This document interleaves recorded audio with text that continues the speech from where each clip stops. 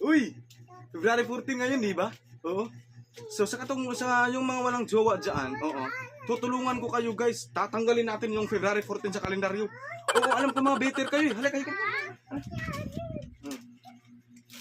Tatanggalin natin tong February 14. Guguntingin natin, tatanggalin natin to. Kasi wala nang February 14 kasi ang daming walang jowa eh, no? Tatanggalin natin yung February 14. Hmm. Hmm. Ayun, di ba? Tanggal na yung February 14, no? Ha? Tanggal na yung February.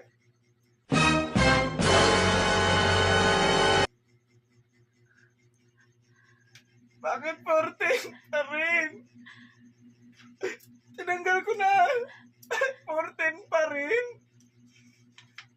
Ay, sutang.